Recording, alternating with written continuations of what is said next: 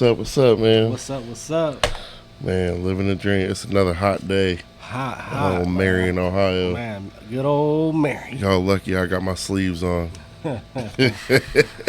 Pop top. I still got my tank top over there. I was waiting for you to wear yours so I can wear mine.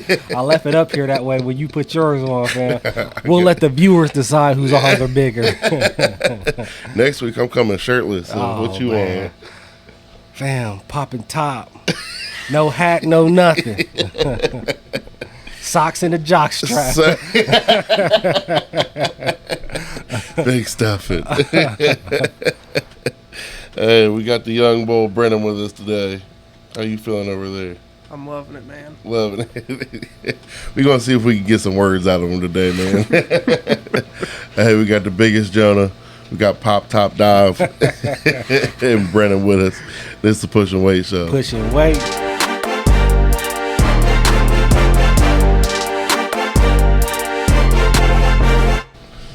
So I see you over there. You drinking them poppies, like I'm not all the girls in the.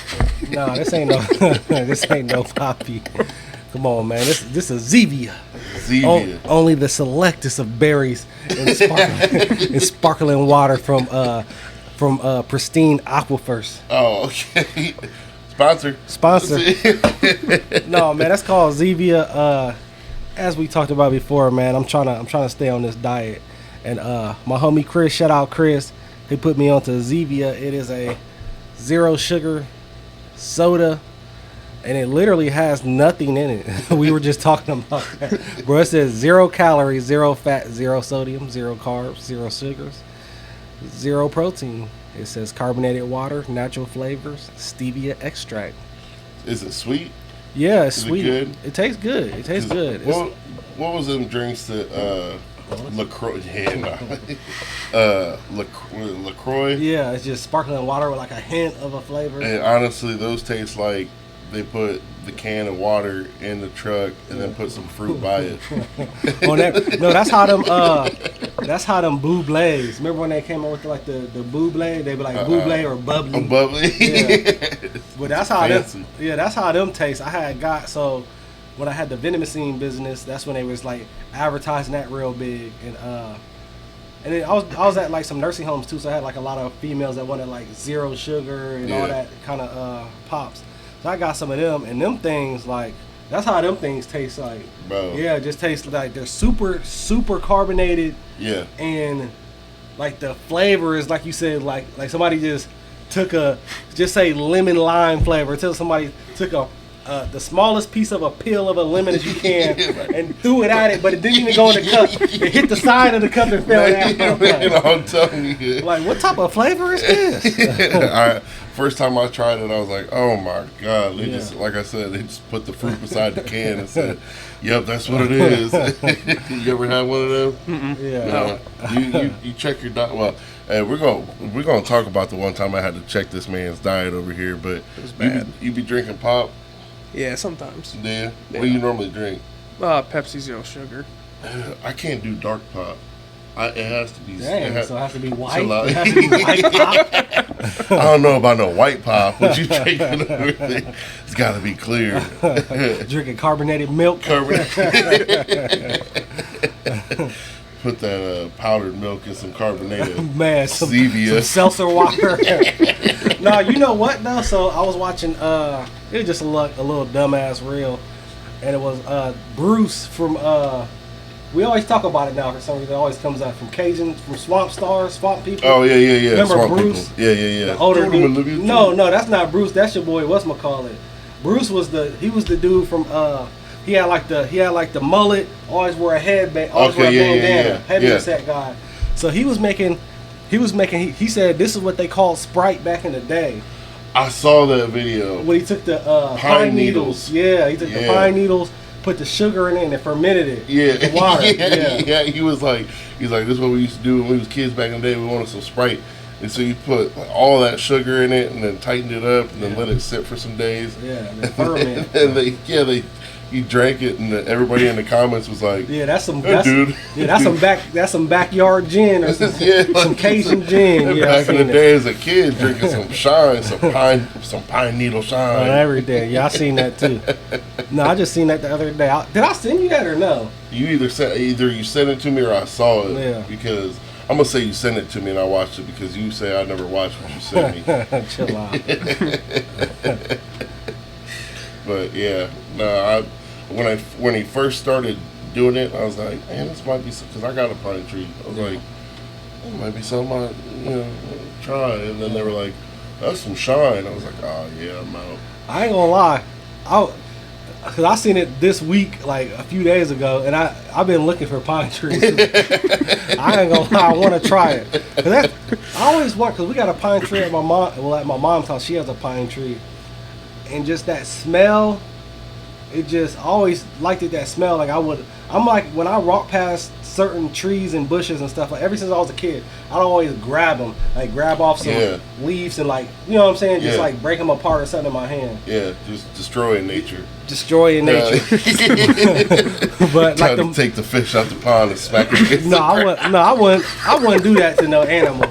But them trees, we fucking them up. But no, I always wanted, when I seen that, I've been thinking about that ever since. Like, man, I'm about to try that. Yeah. That feels like it might have like a refreshing taste to it. It looks refreshing. For sure, it looks refreshing. In the comments too, they said like pine needles have like anti-inflammatory and it's all type of benefits. Really? Yeah. And then you just offset it with the alcohol. With a little bit of liquor,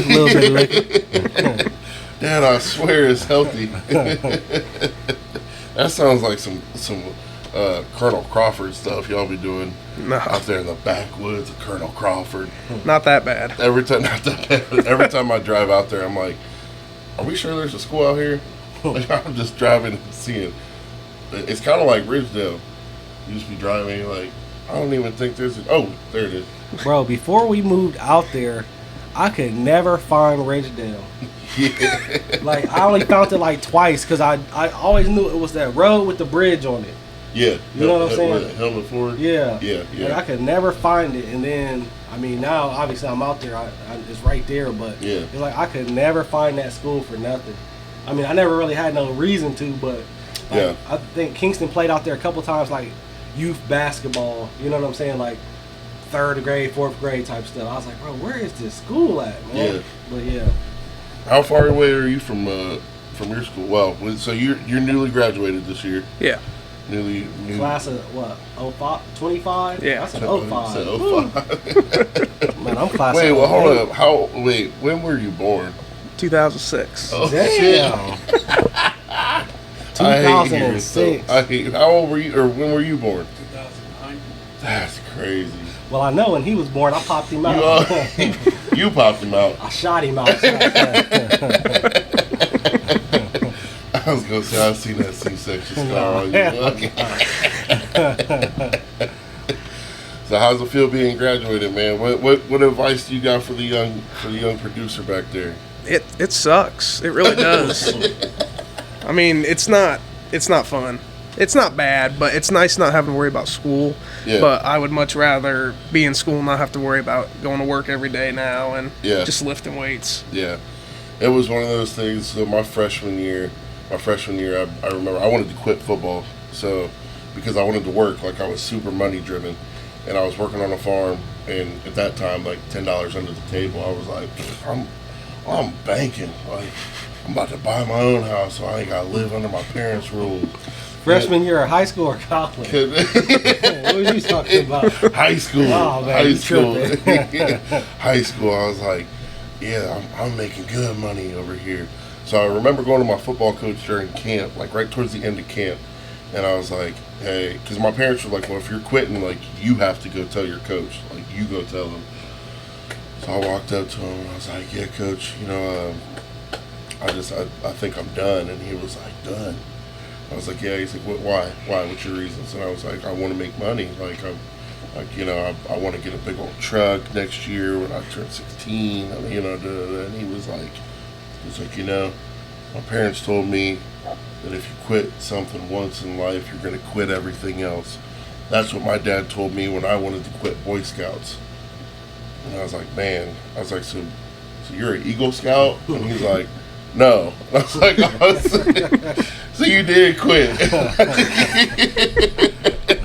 But he was like, the one thing that stuck with me, he said, once you graduate, that's all you have to do for the rest of your life is work.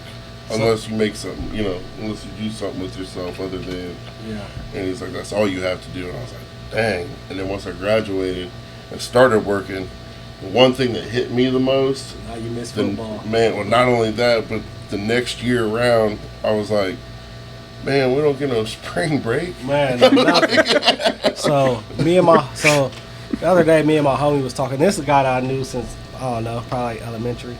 And he was like, man, I miss being a kid. If I could go back for like one day, I was like, I'm not gonna lie, I really don't miss being a kid. Yeah. Other than like no responsibility. That part. But other than that, I'm like, why would you want to be a kid again? You literally got in trouble for everything. You wasn't allowed to do nothing. You know what I'm saying? Like, you had to go to school. You know what I'm saying? Now it's like, and all the bad stuff you wanted to do, you got in trouble for it. Now you can do all the bad stuff you want to do, but you don't even want to do it because it ain't even fun. You wanted to drink, you wanted to smoke. Yeah. I was like, I don't even want to do that no more. You know what I'm saying? So it's like, I mean, then you was broke. You didn't have no money. You know what I'm saying? Like, talk about yourself, fam. I was a freshman making $10 an hour. I mean, fam, I had a couple of dollars, but I'm talking about some money. You couldn't. You know what I'm saying? Like, you couldn't do nothing for nothing. You know what I'm saying? I had that $10 an hour, but I still had to ask my parents to take me to the store so I could you know what I'm saying? buy them Cracker Jacks. That's what I'm saying. So it's like the only good part about being a kid was no responsibility. Yeah. That was it. Yeah. Everything else sucked. Yeah. I got bad grades in school, so I always was grounded. Like, I stayed in trouble. You know? So being a kid for me sucked. Yeah. Man, on a lighter note, let's brighten it up a little bit. Yeah, man. Okay, so life sucks right now. That's what we've gathered from it. No, I'm just no, it's not that. No, but what, like I said, what advice would you give to young producer back there? Because you're a junior now, right? Damn, that's crazy. Okay, it feels like just 2 years ago you were a freshman. Man. But what advice would you give? I'd probably just say enjoy it while you can, really. I mean, it sucks, the process sucks, but it's enjoyable just to go through and experience everything. Yeah. I'd just say enjoy it while it lasts. Do you think, because obviously what y'all don't know is Brennan's a humble football star over here. Not star. Don't say star. Listen, the game that we went to was hilarious because the game that we went to was opening game, right? Senior night. Yeah, senior night. And we went and we watched that game, and it was so funny because me and my girl sat down and we didn't even, like, it took us 2 seconds to be like, okay, where's Brennan? Oh, it's that grown-ass man down there on the sidelines. Like, he was massive compared to everybody else. You could tell who put the time in the gym compared to, anybody else. Plus, it helps that you're 7 foot tall. But yeah, no, you tore it up out there, man. So do you think, are you going to go to some games this year? Yeah, I want to go to some home games, but not all of them. Think it's going to tear you up? No. No? Well, I don't know about tear me up, but I'm going to miss the games, but nothing else really. That's about it. Man, I feel that. Like, I don't miss practice one bit. I told all the young underclassmen, I was like, I'm going to miss the games, but these practices, I'm not going to miss them at all. For the birds, man. Yeah.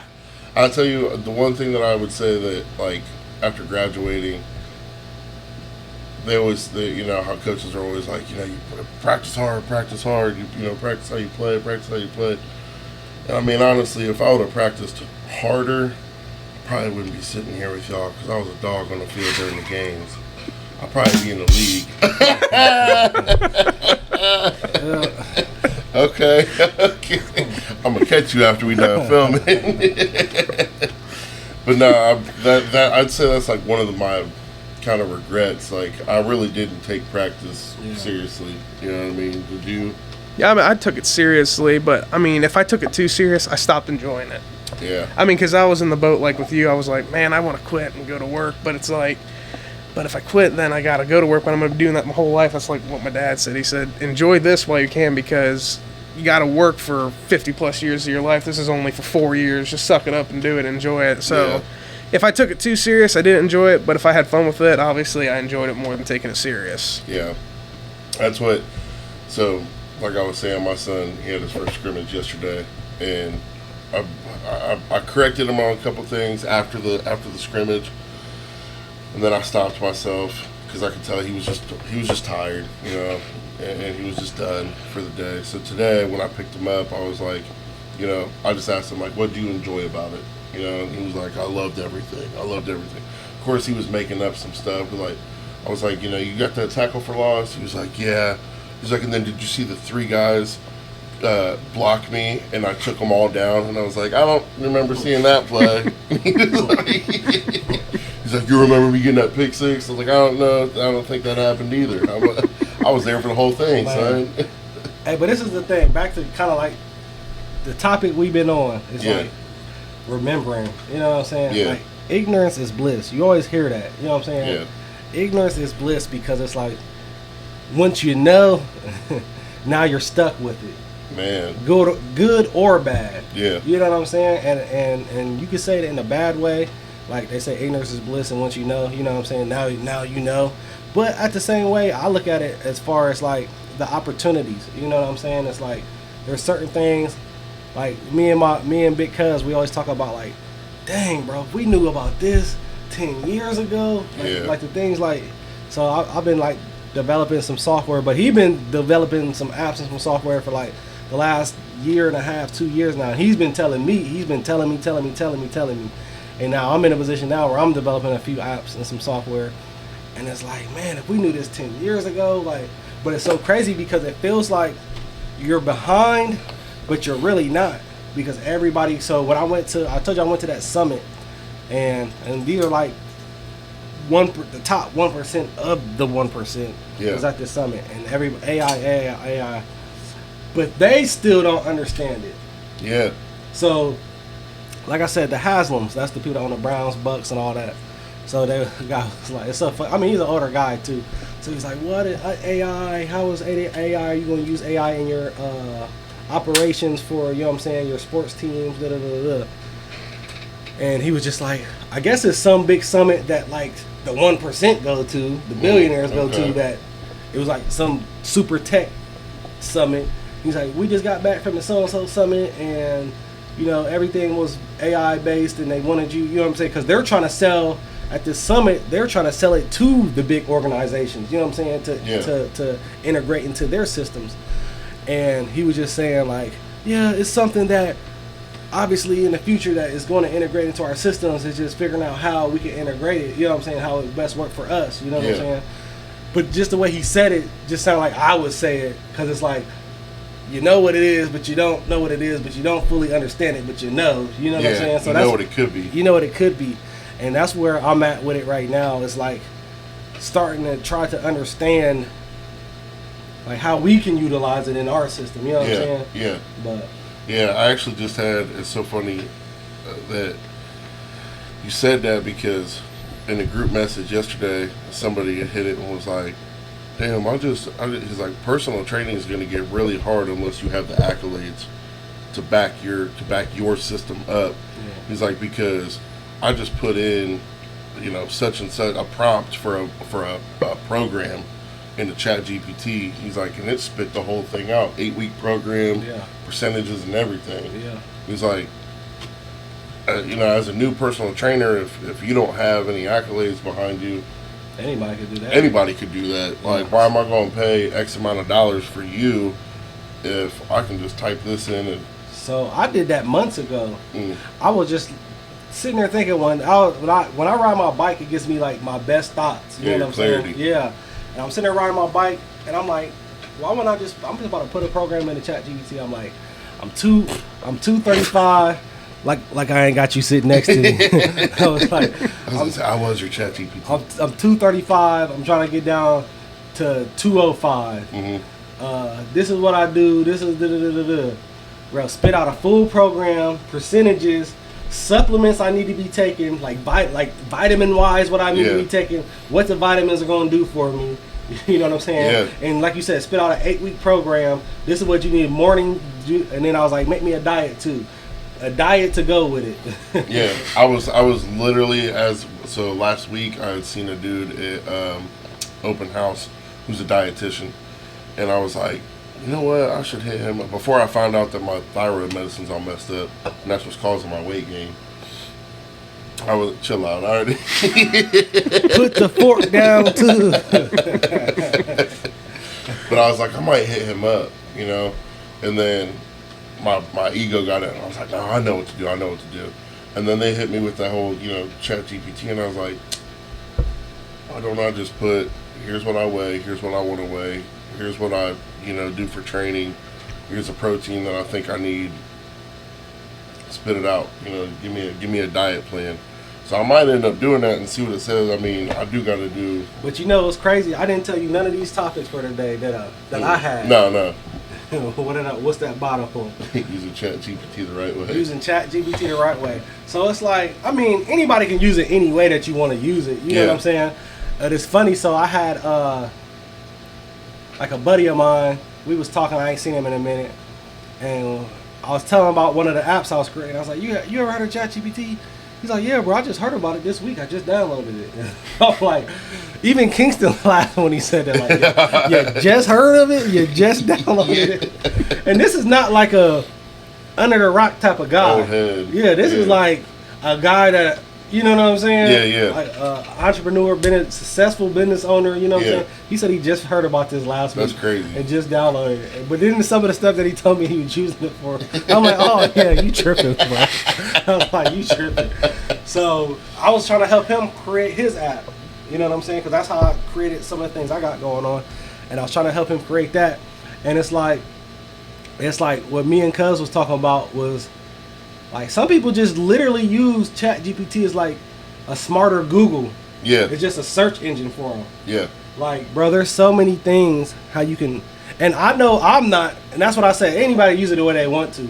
I know I'm not using it to its full potential, but like I'm trying to use it to implement easier ways to run my systems, like my businesses. Like, how can I do this? How can I do that? Like, how can I implement this? How can I implement that? Like, that's how I'm using it. Like, and I know I'm not using it to its full potential, but if you're literally just using it as a Google, you trying to up somebody because you said Mark Wahlberg was in this movie and you got on ChatGPT to see what Mark Wahlberg's movies was.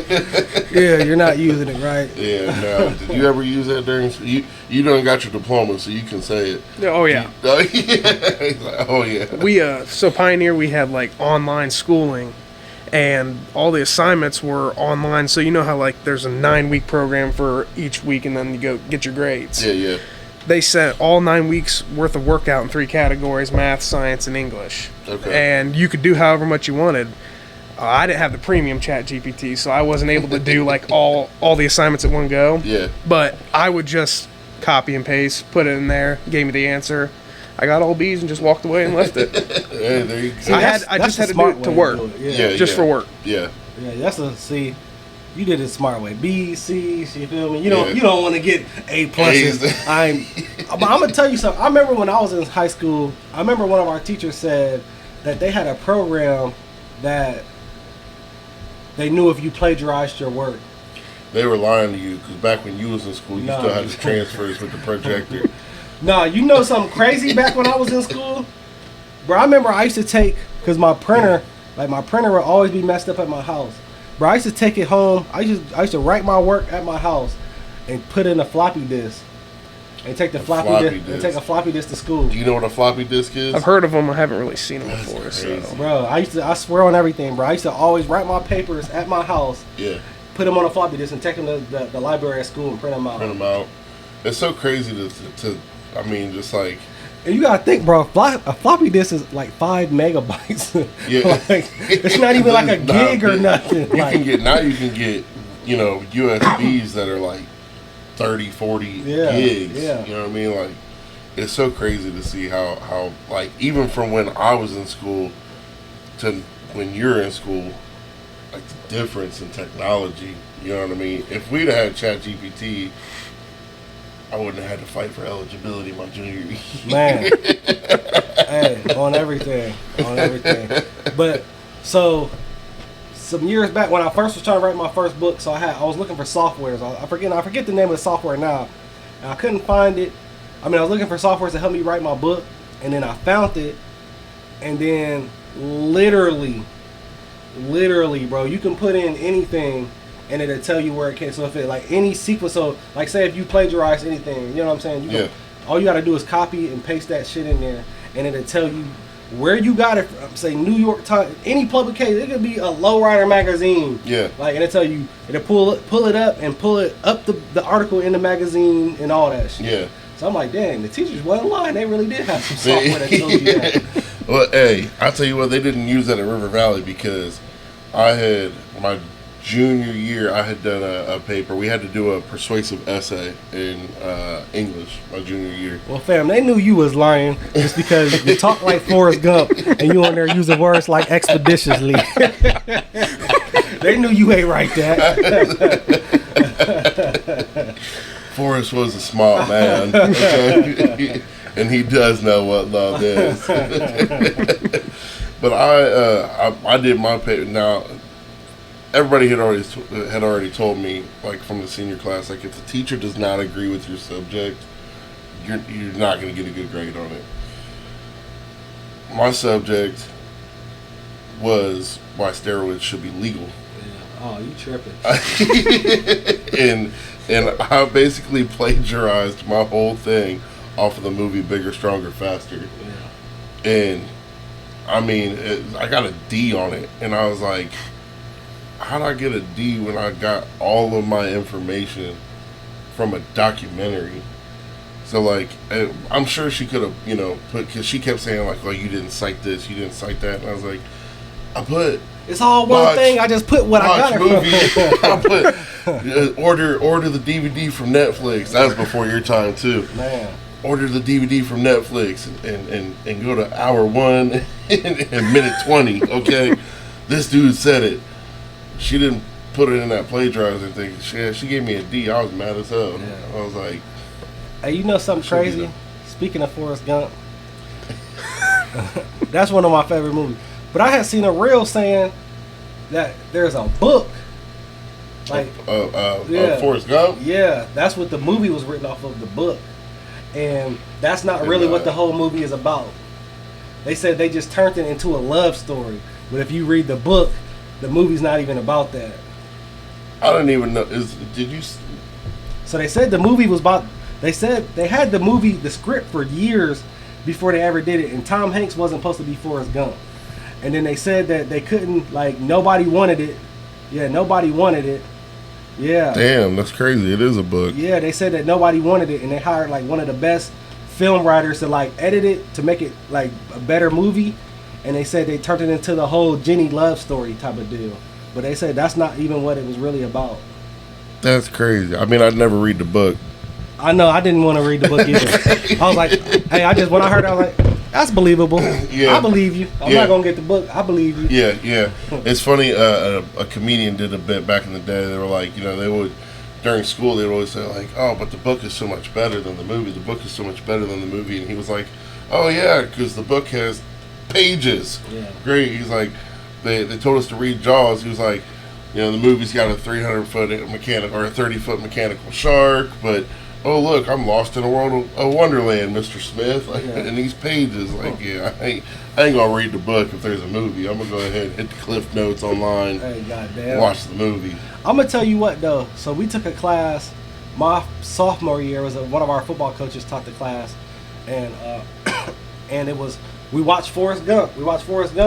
And then we watched what's my guy Shallow Hal. We watched Shallow Hal. Oh, Jack Black. We watched Shallow Hal, and the way he breaks it down, like the teacher broke it down, like he was like I know what love is. You know what I'm saying? Yeah. It was like, why would he say that? Like, why would he not know what it is? You know, like the way he was breaking down the movies, and then like same with shallow how how he broke that movie down. It was like, damn. And I always think about stuff like that now, like when I watch a movie. Yeah. Like just the way he broke it, like, because it was called, the class was called like diversity something. So it was just to make you think about other things, you know what I'm saying? Outside of the box. Outside of the box, you know what I'm saying? So.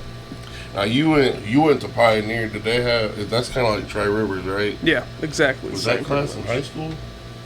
Yeah, that was a high school class. Really? Yeah. Do they have? So what? Okay, what did you take in high school then? Like my classes I took. Yeah. All the easy stuff. I was gonna say we didn't have no diversity to intro film or whatever. What class you was taking? No, so that was at Harding. That was a hard. So like Mr. Mullins. No, so his name was Coach Har. Okay. He was like he was defensive back coach, but he was like the strength and conditioning coach too. So he's a teacher. No, he was Jack. That was like the first like Jack person I had ever seen. As a like, strength and conditioning coach? like he was, like he still. I have him on Facebook. Like he still looked like, you could tell. You know, big guys when they was, you know what I'm saying? Yeah. Real big guys. Yeah. But no, that was like the first person I knew that I always wanted like big traps, because he had like huge traps. Yeah. And he used to do this thing called hard shoulder routine, and he used to make us like take a plate. You have to take a 45-pound plate, and you had all type of different movements, and then you take like 10-pound plates, and you had all different movements. He named it after himself? Yeah, hard shoulder routine. But I'm telling you, bro, that was like the first like Jack person that I ever knew.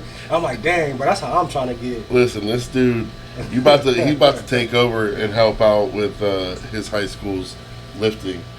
Yeah. I can see it now. It's gonna be like, this is Brennan's bicep blaster routine. The bisolator. The Brennan bisolator. He was when you first came in with us. It's kind of a funny story how he got started with it. I don't know. Have you ever heard of like? So, the company that I work for, I deal with his dad. Okay. For the company that he works for. So we go in there and his dad was like, "Oh, I bet you lift." I'm like, "Damn right, I lift." But he started bragging about Brennan, like every proud dad does. He was bragging about Brennan, and immediately when I saw him, I was like, "Bring me the boy." and I was like, I got to bestow him upon me. Yeah, please bestow your firstborn. And I was like, bring him to the gym. And he was like, I'll talk to him. He already had a trainer, And he was like, I'll talk to him about it. And I want to say it took a few months because you were with Dorsey, right? Shout out Dorsey. And he was doing good work there. And I was like, that's great. I'm not trying to take him from anybody, but bring him to me. I want to see what I can do with him. And so it took him a few months, and then he came. They showed up, but you know how it is. Like when you tell people, like, "Hey, this is when we train. This is where we train," pop up. 9 times out of 10, you really don't expect them to pop up. Yeah. Well, I come walking out to the garage, and I see a different vehicle there. I'm okay, whatever. Like obviously somebody's new here. And it's him and his dad standing in the garage. And my first thought was like, oh, shit. Got one of my customers here from my corporate job. And we in here listening to booty popping. Or smear the blood on the walls. And I'm like, yeah, I'm going to lose this customer. Yeah. He's going to go back and be like, I don't think we should buy from him anymore. It's a weird fella. Weird guy. Yeah. But he came in, and I think you worked out with. Did you work out with us that first day, or you just watched? I worked out. What was it? Squats. Squat. So came in, got a workout in. Kind of tell me how you like, because you were always. When did you start getting into lifting? Probably the end of my sophomore year, started junior year. What kind of sparked your interest in lifting? I was at my grandma's house, and she was watching a TV show or something, and somebody was doing push-ups, and she was like, "Can you do push-ups?" I was like, "Yeah, I struggle with 2." And I was like, "All right." I was like, "Okay, so that's got to change right now." Yeah. So then I went home and I started working out, and all I did was arms at the start because I didn't know any better. Right. But when I started to get older and around the end of sophomore, start of junior year, we had our weightlifting program at school, and I was like, oh, I'll do that. And then Was it like a class? No, it was just straight. The coach was like, you can come down here during the winter, because I didn't know he'd go down there during winter. Oh, okay. So For he football. was, yeah. Okay. And he was like, come down here for winter and we'll start training you. And at the time we were still doing deadlifts and all that stuff. But Really? yeah, Okay. that's when I really started lifting, was probably end of sophomore year, started junior year. Okay. And then you just kind of fell in love with it. Yeah. I feel like I tell all the kids, and just anybody that's actually just starting from like not working out to starting, like, give it a couple months. It's gonna suck, but the moment you see that little bit of result, it's gonna turn into like an addiction. Like, oh man, like I did this much work and I got this much of a result. Like, if I do this much work, I'm gonna get, you know what I'm saying? Like, it turns into an addiction of just wanting to do more. And I feel like that's how it was for me. It sounds kind of like how it was for you. For sure. Did you have? So it kind of surprises me that you guys were deadlifting in high school. That's awesome. I don't think I knew that. But what was your kind of high school training like, football wise, as compared to like what you know now? Not what we do, just what you know now. Well, so if you do compare it, it's not even a comparison, not even close. It's so much better now than what we were doing then. But at the time, we had a all-state throwing coach. At the time, he was really good, and he was the lifting coach, and he had us do weird workouts that were actually really hard but really good for us. And I don't know. It's kind of just how he kind of started it for us, the whole thing. Yeah. And that's kind of how it went, pretty much. Did you have any coaches that were like built like Harmonator or whoever? Coach? Get his name right. Coach Har. Coach Har. Coach Har. That throwing that throwing coach, he was about it. Everybody else was, I'm not trying to be mean, but everybody else was, you know, they weren't lifting and strength like conditioning coaches. coach. Yeah. They were the type of guys where, you know, back in my day, those type of guys, that's what those guys were. Yeah, that's it. Dive hits us with that still. Back in my day when we were in the garage, I think, man, that was a year and a half ago. Man. Yeah. But no, it's harder to, because it was the same way for us. Like in high school for me, before I went to Westside, like, we had one big coach, and he played for the Eagles back in the day.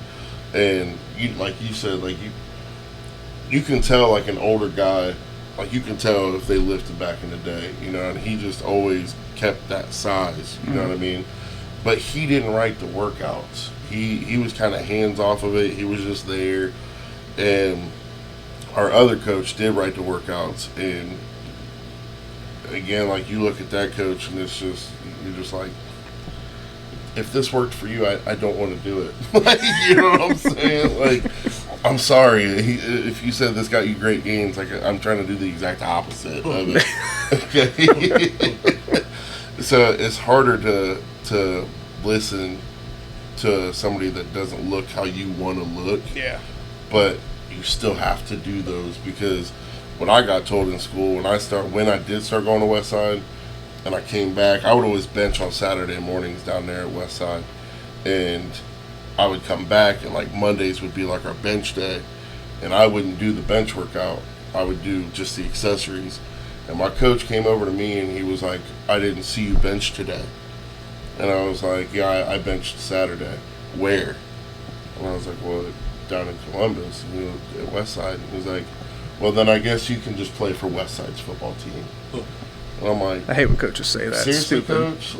Like, I'm getting trained by the best dude in the world, and he ain't even got a football team. You know this. Like, you know what I mean? Like, dang. But I mean, that's how it was though for me. I feel, because so when I started getting stronger, I would always listen to the coaches. But then after a certain point, I think after like I benched 300 something, and I asked our lifting coach, I was like, how much did you bench? And he's like, 280. I was like, okay, I'm done listening to you. And then they would just try to keep telling me stuff to fix stuff. But I'm like, dude, I'm training with one dude. I just got with another dude now, which was you. Yeah. And I'm like, I don't need to really listen to you. And then they just were like, and then this other guy came in, and I don't know who he was. He was a nobody. Yeah. And he tried to tell me we were squatting, and I was squatting how I normally squat, how you were teaching, and he told me completely different how to squat. So when I got up and I racked the bar, I looked at him and I said, "Who are you?" And the coaches called him over, and they were like, "Dude, we don't tell him what to do. He's the strongest one in here. He's got 2 trainers. We let him go." And he was like, "Well, I didn't." He says he was squatting wrong. He says, "No, he's not." Yeah. Yeah. And I mean, it's just, I was tired of listening to people who didn't look like how I wanted to look like, or how strong they were, or how strong I wanted to be. Yeah. I wasn't listening to that. Yeah, that's why I quit listening to Jonah. Because first, he's not black. He's not black. So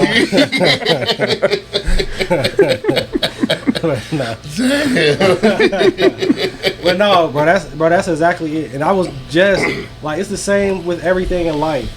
But you kind of do got to listen to people the opposite as well, because I want to know what you did to look like that. Right. Because I'm gonna stay away from that. You know what I'm saying? Like I want to know. Same with like business.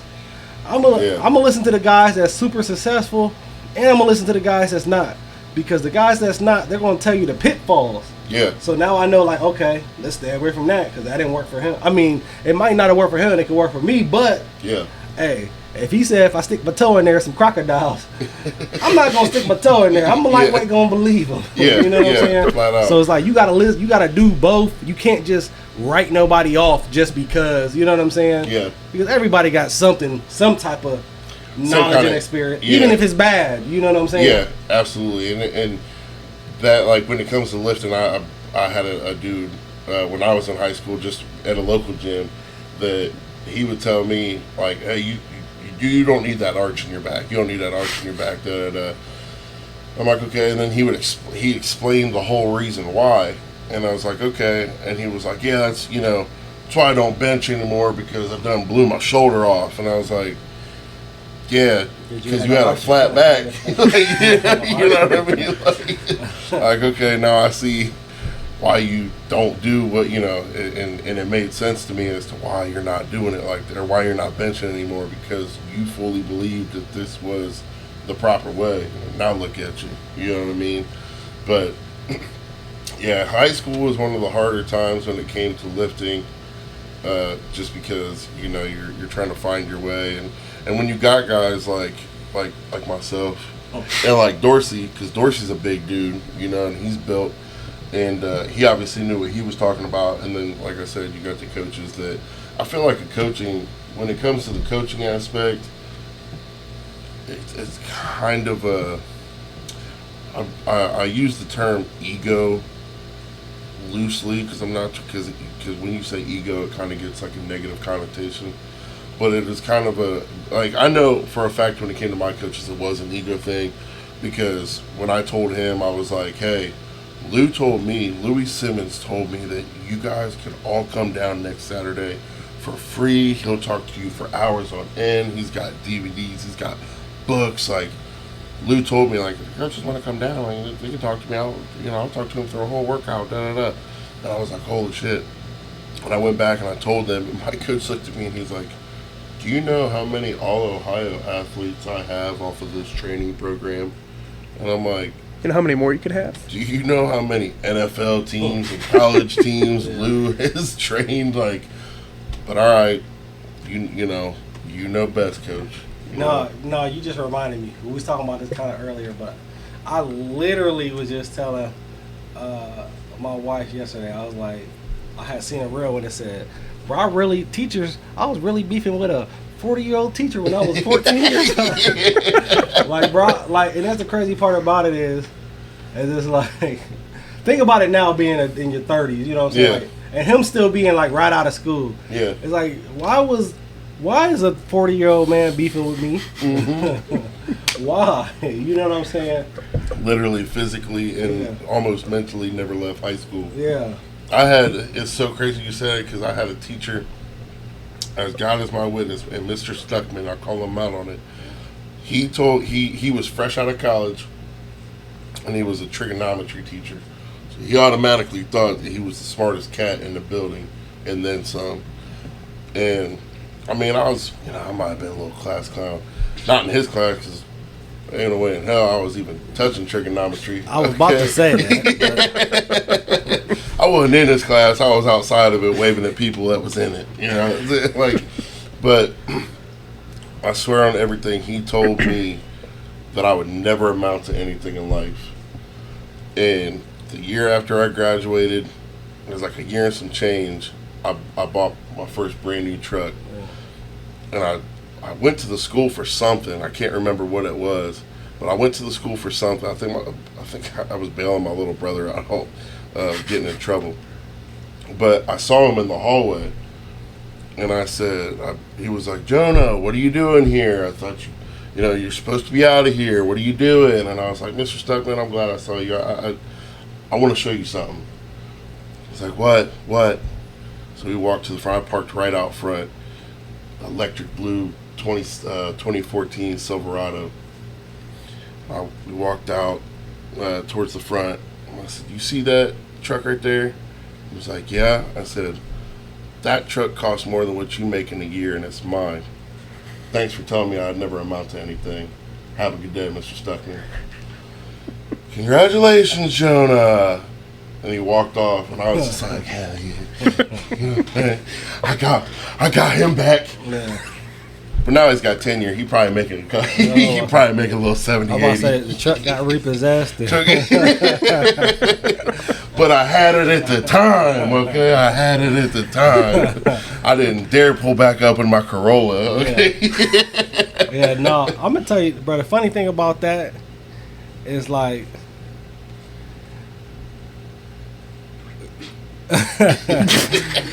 no. So it's like the same thing, bro. It's like being in a position where you were like the underdog. Yeah. You know what I'm saying? And it's one thing me and Big Cuz always talk about. Well, we used to talk about it. We don't even talk about it anymore. Because I told him a couple years ago when we and him both started coming up, I'm like, we're not the underdogs no more. We're the big dog now. I said, because we've been running the race so long, you look to your left and look to your right, nobody's standing next to us no more. Everybody dropping off. So I said, we used to be the underdogs because we ain't had a last name or we ain't grow up with the money, but we knew what we always wanted to be, you know what I'm saying? And we never stopped trying to be that. And I was like, we some of the only ones left, you know what I'm saying? So I said, stop, because there's certain conversations we would have, and it was still underdog chip. You gotta have that chip on your shoulder, you know what I'm saying, just to have that edge. But I'm like, cuz, quit thinking like the underdog. We're the big dogs now, you know what I'm saying? And it's like once you jump into that big dog mentality, now you're not trying to prove yourself. Not saying that's what you was doing, but I did that too, because I felt like the underdog my whole life, you know what I'm saying? But I was like, once you get out of that underdog mentality with experience and with everything to back you up, not saying you're just a big dog because you think you're a big dog. What have you done? You know what I'm saying? But it's like once you get out of that underdog and you put that work in, and now you a big dog. It's like that trying to prove gets off your back, and now it's now it's focused on like, okay, I didn't already did all this. You know what I'm saying? So how can we take it to that next level? Yeah.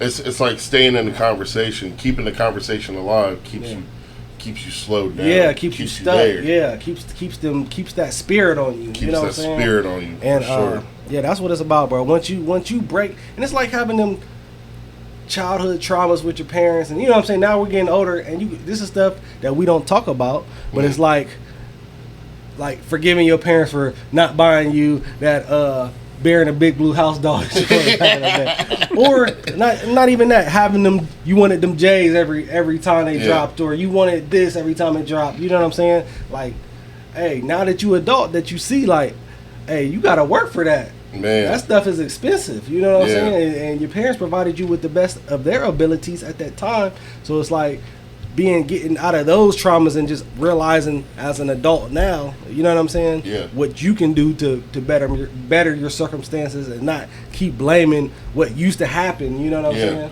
Now I had one of the things that I'll expand on that 2 times, because when I first moved down to the house, I moved down to Powell.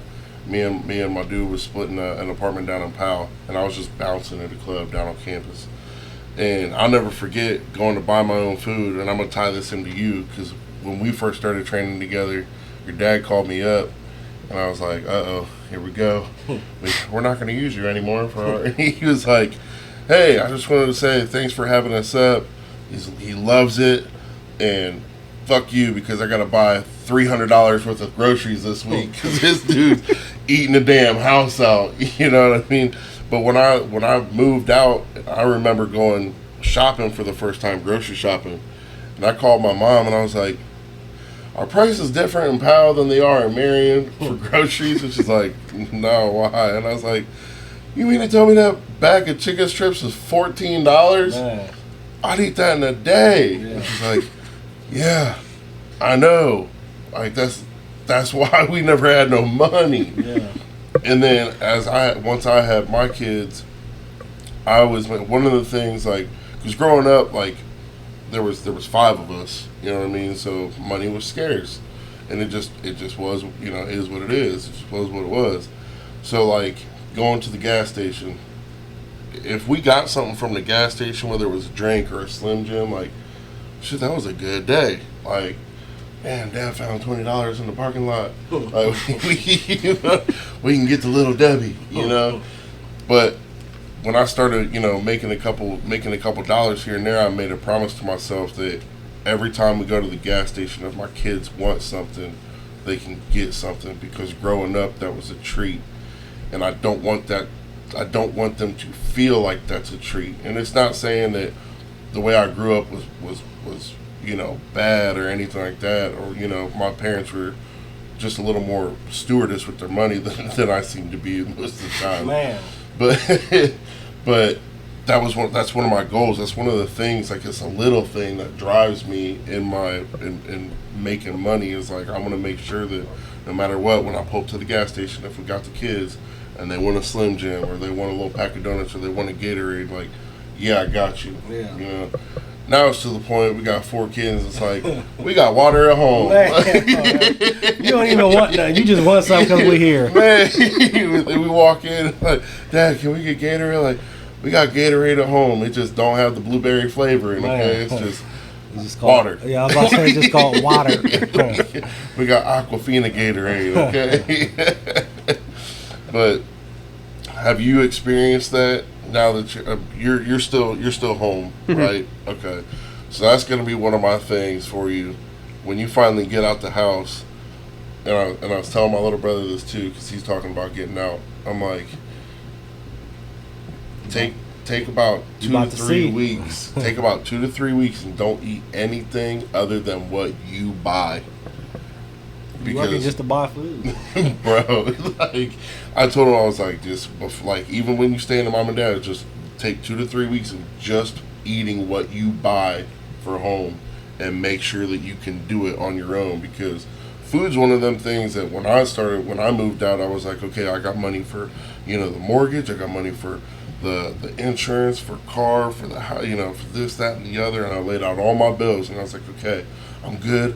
I'll still have like $100 left every week. I ain't gonna spend $100 on nothing. You know, I don't go out, and I'll be good. And then I was like, I ain't gonna eat. Shit, a pack of chicken strips is $14. That's more than 10% of what I got left. Yeah. Oh, and I got gas in the car. We walking while eating frozen chicken strips. Let me tell you a funny story. Now that I'm thinking about it, it just happened yesterday too. It's funny to me. So I'm at the dollar store, getting kids something from the store. Yeah. I went to the Dollar General yesterday to go grab something, right? And it's these 2 little kids in front of me. One of them got like 2 bags of chips, like 50 cents for two for $1 bags of chips, like a little bag. And the other little kid didn't have nothing, right? So.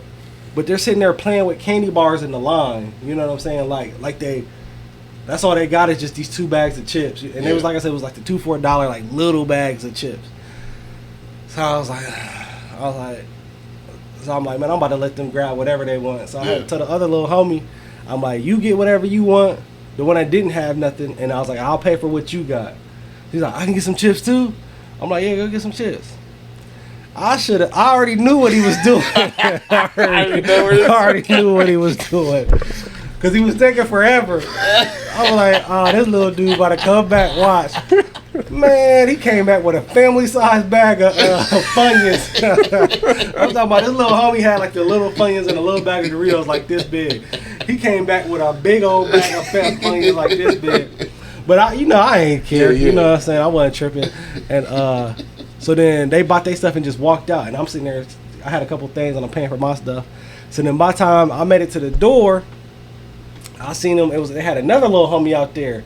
And they was talking. They obviously was telling me what just happened because then I seen them all cheesing and they pointed at me like this. So then the other little homie was like, I mean, he was a respectable finesser. You feel me?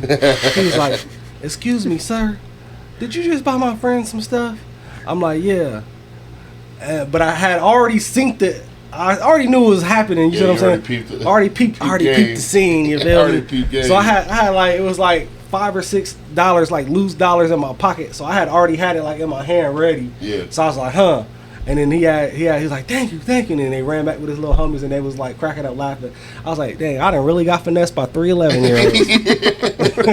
Man, we didn't even have to spend that 20 that mom gave us, man. All we had to do was look sorry as hell in the line. That's it, bro. That sounds like I done got finessed by 3 11-year-olds. But no, I knew that little kid. I knew he was about to grab that big ass bag of chips. Well, I was waiting for either the big bag or for him to come back with the box of the individual bags. Man, hey, they wasn't even outside selling candy bars for the football team. Man, none of that. Boy, they just they knew what they was doing. Like I told you that was gonna work. I think exactly. That's Dov. I saw him on the. What we got? The billboard? The billboard, yeah. That's Davion McCary. Nah, chill out.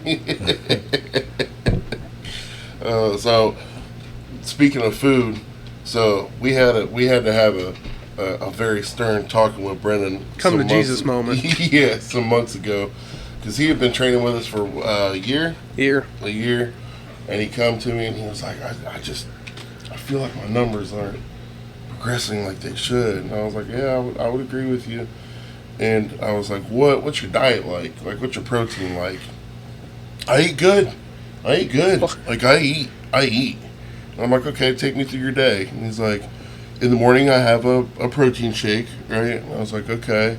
And then he's like, and then at lunch I have a bologna sandwich and 2 yogurts. And I'm like, okay. And he's like, and then just like whatever you have for dinner. So I'm sitting there, I was like, I already know. Because how much do you weigh? 237. I'm like, I already know this is not 70 grams of protein. Dog, on the dot. Yeah. I sat there and I was like, is it this yogurt? And I sent it to him. He's like, yeah. I was like, is it this bologna? He's like, yeah. I was like, okay. Added it all up. I was like, congratulations, Brennan. You eating 70 grams of protein in a day, plus whatever your parents are eating at night, which, you know, might be 50 grams if you eat a chicken breast or something like that. I was like, you ain't doing nothing right when it comes to your diet. And he's like, really? I was like, no. So then he's like, all right. I was like, this is what you need to be eating. So I sent it to him. And then I got that other call from his dad, like, I just had to drop $300 I had to buy a blender. What the hell's going on over there? But he wasn't tripping. He was like, he's like, you know what? I've been telling him he's not eating enough. But I'm dad. Yeah. I don't know shit. Yeah. I don't know anything. I've been telling him. Yeah. Hey, clean your room up. Get your homework done. But It'll be done now. But no, speaking of diet, so yeah, so you know, like I said, I started messing with Chris, you know what I'm saying, and real trainer, and Oh my god. Oh my god. So I started messing with Chris, bro, and like the diet. I mean, anybody that knows diet is, you know what I'm saying, 70% of what you like. Obviously, not the numbers because of the diet. Yeah, you know flat out. And so, bro, to eat, so I'm trying to get I'm getting 220 grams of protein, right? Mm-hmm. And that's not even. I know what you said. You was trying to eat like 3 I something. gotta eat 300. So like 220 grams of protein is 4 meals for me. I wake up in the morning, I eat 200 grams of eggs. Then I work out. After my workout, I'll eat six 6 ounces of chicken breast and 200 grams of white rice. And then that's just my post workout. And then about lunchtime, so about 12 o'clock, I'll eat another 6 ounces of chicken and another 200 grams of rice. And then for dinner, I'll eat another 6 ounces of chicken and 200 grams of rice. And at first, it was kind of hard to eat that much. But once you start eating it, it digests so fast. Yeah, your metabolism is kicked up now. You know, metabolism is kicked up, and then it metabolizes so fast. So chill out. So then towards the end of the week, since Wednesday, it's crazy because I talked to Chris, and he's like, "How everything going?" I was like, "It's going good." And then right after that, I done fell off like these last. So that's what I want to talk about too, bro. Being an emotional eater, bro. Yes. I'm like an emotional stress. Like when I be stressed out, I just gotta eat. Yeah. And I don't eat the good stuff I'm supposed to eat. No, it's a comfort food. Yeah, I want to eat a burger. I want to eat some ice cream. I want to eat, you know what I'm saying? Captain Crunch. Yeah. Or no, Cinnamon Toast Crunch. Cinnamon Toast Crunch. Cinnamon Squares. That's what I've been doing on everything, bro. I've been waking up at 3 o'clock in the morning thinking and eating bowls of cereal, and you know what I'm saying? I bought some honey buns the other day. What am I doing, man? And so, but I told myself today, we went to the grocery store this morning. I got me some Zevia. Some Zevias. But I had got three bags of 5-pound bags of chicken breast, so I could start my meal prep back up. Yep. 'Cause like I said, at the beginning of the week, I was good. I meal prep, white rice, chicken for the whole week, and then I think my wife had gave some to the kids, so we ran out. By Wednesday or Thursday, we ran out. So then I just didn't make any more, and then I was like, you want some spaghetti? And we had made a couple of then I had bought a hog. I just had processed, so I was like, you want some pork chops? Yeah. And I made some smothered, so it was I just been dogging it, but I could feel it. Yeah. I still feel this in my stomach, bro. When chicken and rice digest so fast, I'm not gassy. Yeah. I don't gotta use the bathroom all the time. Yeah. I mean, I have to piss a lot because I drink a lot of water. Yeah. But it's I don't feel it on me. Yeah. Bro, I still feel all day I've been feeling for the last 2-3 days since I've been dogging food. I just feel it in my stomach. Yeah. That's how we felt. I told you we did that 10 days of keto and everything was cool. We were feeling great. And then our cheat meal was a Jets pizza. Yeah. I've been crazy. Since day one of keto, I was like, we're getting Jets pizza. That's what we're getting. I'm getting a Meat Lovers Jets pizza, and I'm going crazy on it. And I took two bites out of two pieces out of the whole thing. And I ended up, I ain't gonna lie, I gave the rest of it to a dude standing on the side of the exit of 23. Yeah. But I gave it to him because I was like, I can't eat any more of this, bro. Those 2 pieces sat in my stomach like a rock for what felt like a whole 24 hours, bro. I was just like, yeah, this was not the right move. But Thursday, so we were on a diet since last Friday, and Wednesday we started feeling sick. Thursday was really kicking our ass, and she was like, well, what do you want to eat? And I was like, you know what? I want Payne's Pizza. I know we're supposed to be on a diet, but if I'm dying from this sickness, I'm at least going out with something good. Something good in my belly. You know what I mean? We're getting some Payne's Pizza. And so we picked it up and we're on our way back, and she's like, well, what about for dessert? I'm like, gotta have a dessert. I was like, just swing into the gas station. She's like, what do you want? I was like, just give me a little pack of the chocolate frosted donuts. She's like, oh, those sound good. You like chocolate frosted donuts? Yes, bro. Oh my, them is the nastiest donuts there are. Now I know you're crazy. Them things is gross. You probably like powdered donuts too. Yeah, who doesn't like powdered donuts? You like powdered donuts? Yeah. Yeah, you like the chocolate frosted? Yeah. Hell. 2 out of 3. Bro, them are the driest donuts that they make. Them shits is like a dry ass sponge before That's you why wet it. you have a cup of milk with it. No, I like donut wise, I gotta have frosted. If I eat the little packs from at the thing, You talking about glazed? like a glaze or a chill out, man. But them is I like it cakey moist. Yeah. Like them chocolate donuts, chill out, man. But no, them chocolate donuts, them shits, you gotta break that open with with a brick. You can't even just bite into that. I like working for my food. Man, you can't even just bite into that thing. No, those I love them. Yeah. So I was like, give me a little pack of those. She's like, well, those do sound good. I was like, well, then just get the bag. Yeah. Just get the bag of them. And then she's like, I'm also. You want to split a Star Crunch? And I was like, yeah, we'll split a Star Crunch. Well, she comes walking out. And she was like, oh, they had double decker fudge rounds. Man. And she's like, I'll eat that for myself. You can have the Star Crunch. So we're sitting there. We ate the pizza. Which one gas station y'all go to? By my crib, like right there. By my crib, the Speedway by my crib. Oh, okay. Yeah. And she's like, do you want them donuts now? I was like, yeah. So I ate a couple of them because I was like, I ain't gonna go crazy.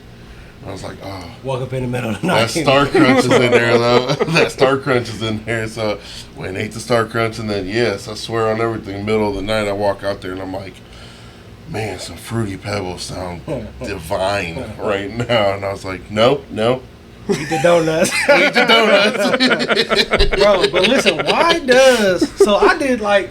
Bro, I went and got some gas station snacks too. I went and got like 2 honey buns, and I got the double decker. It's funny, I knew you were about to say the fudge, bro. I got the double decker, like the chocolate chip cookies. So it's like the cookies with the frosting in the middle. Yeah. And why does gas station snacks make you feel so filthy? I don't know why. Like, I feel like a snack slut when I eat gas station snacks, bro. Like, this shit's so processed. It leaves a waxy film at the top of your mouth. Like, bro, I swear there was a guy that stopped by my parents' house. This was some years ago. I was still in high school. An old friend of my dad lived in like Wisconsin or whatever. Yeah. He was like, oh, I was just in town. We stopped by. And I walked in the door and I had a pack of them frosted donuts. And he was like, you eat those, young man? And I was like, yes, sir. And he was like, I worked in a factory that made those. I never eat one ever since. And I was like, oh. He was like, you don't want to see how they're made. And I was like, yeah, I'll just keep being a consumer. Yeah. Okay. But it does. And you know what's funny? It's that you said a snack slut. And I call it my Speedway because I hit that spot every day. Yeah. Over at my Speedway, they just put up a whole new snack section, and the brand is called Bimbo. Man, that's how you feel? That's how it's called Bimbo. And I'm like, I might have to try these sexy little sweet. Bro, anything from the gas station makes me like, cause you know I got the dealership right there by that Speedway. Yeah. And it's like when I first got it, we was so busy, like we was working so much. I was going over like I'll get a slice of pizza. Yeah. I'll get like a tornado, like the you know what I'm saying. And, oh what? Yeah, bro. And it was like, and I'll get like the little. They always got like the Speedway cookies. Like them things are so moist. Those things are quit saying moist. I like them moist, man. Just say soft or tender or something. I'ma stick with moist. y'all know what I'm talking about when I say moist. but it's like, it always like, you know it's bad, and you know it's processed, and you know it's been sitting out there all day, and bad. You know what I'm saying? Like, I hate gas station snacks. But I love them at the same. Why are they so good? And they're so cheap. Two pizza turnovers for $5. Yeah. You can't beat that. And then they run a little special. Oh, but if you have a Speedway rewards card, get a pack of cookies. You get a pack of cookies for 50 cents, and you're like, I ain't gonna pass up a deal. Man, you know what I'm saying? I'm not gonna pass up a deal. Like, what? Who am I to pass up a deal? Man. Cookies for 50 cents. You know what I'm saying? 3 moist ass cookies for 50 cents.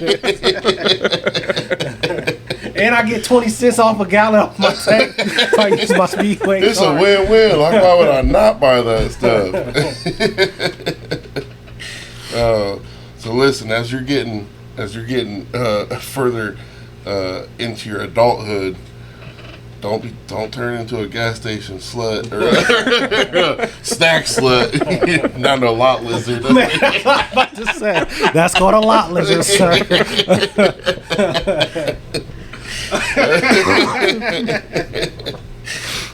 But to tie it all up, man, the last thing I want to talk about. Go peeping no glory holes in the bathroom.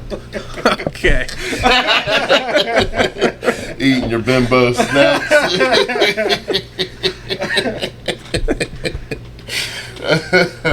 I was just telling somebody yesterday because you got brought up in the conversation because somebody was like, "How's the gym going?" I was like, "Oh, it's good," And it's like I saw they drove past and you must have been walking in. And they were like, I saw some big ass dude walking in there. I was like, No, that was, yeah, you know, that was me. That was me. You knew how to be early morning. And I was like, was he tall? And it was like, yeah. I was like, that's our young. We call him our young bull, Brennan. And I was telling him your numbers and stuff, and I was like, I feel like, Dad, this is the part where you turn this podcast off. I was like, I feel like we done ruined this kid with some ways that we talk in there. It's like, there's just real adult conversations going on in there. Man, we just had to fast track into reality. Man, that's how it was. I come home working out at Westside, and one of the things my mom said was like, sometimes I regret that I ever took you down there. I'm like, yeah, it kind of grew me up a little quick. But no, you got brought up in the conversation, and they were at, like, not even knowing you, just being a fan of the sport. They were like super excited to see where you go with it.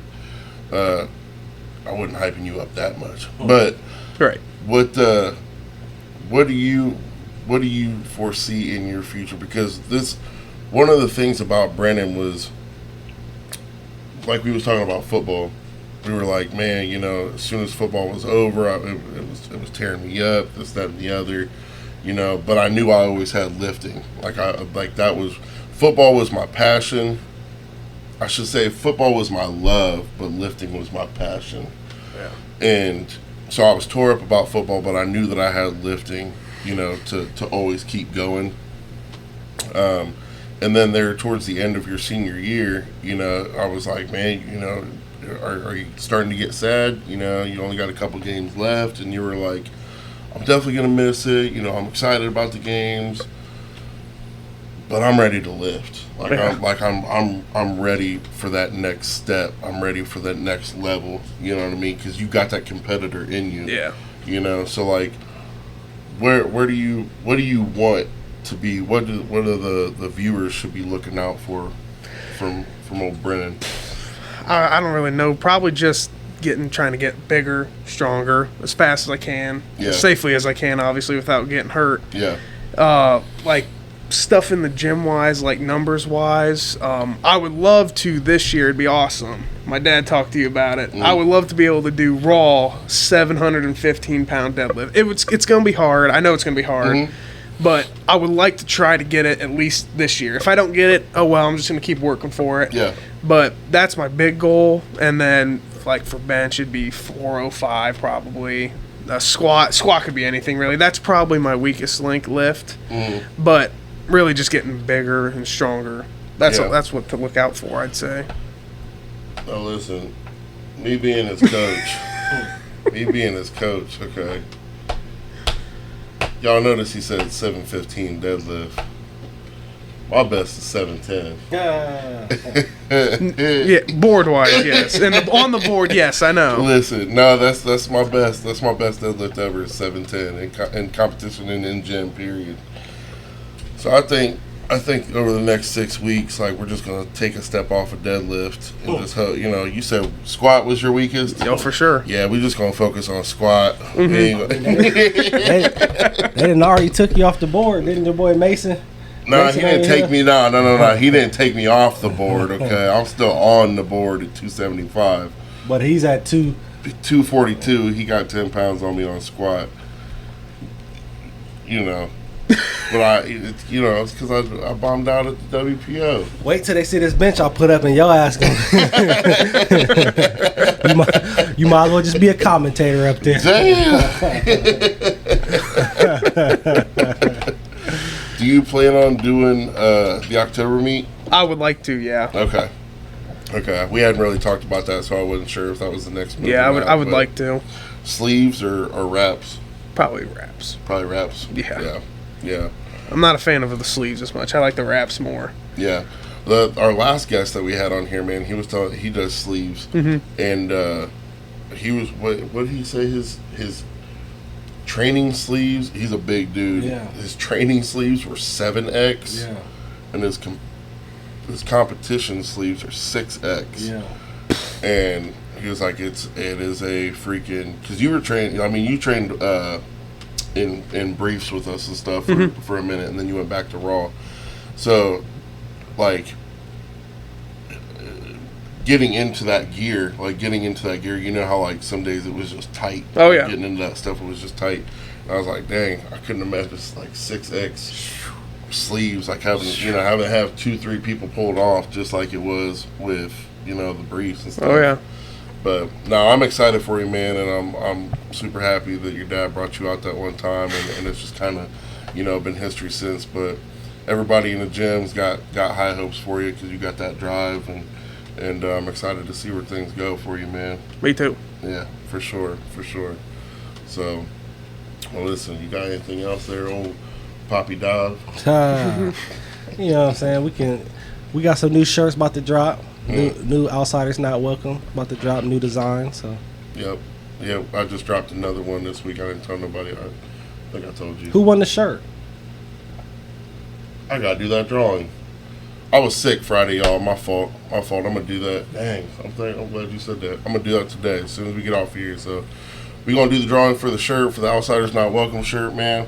So make sure y'all checking out 740barbell.com on Instagram. Check us out on our website. If you like what we're talking about, hit that like and subscribe button, man. We appreciate y'all. We love y'all. It's the biggest Jonah. It's Poppy Dive, and Young Bull Brennan, man. We love y'all. We appreciate y'all. It's the Push and Wait Show. Push and Wait.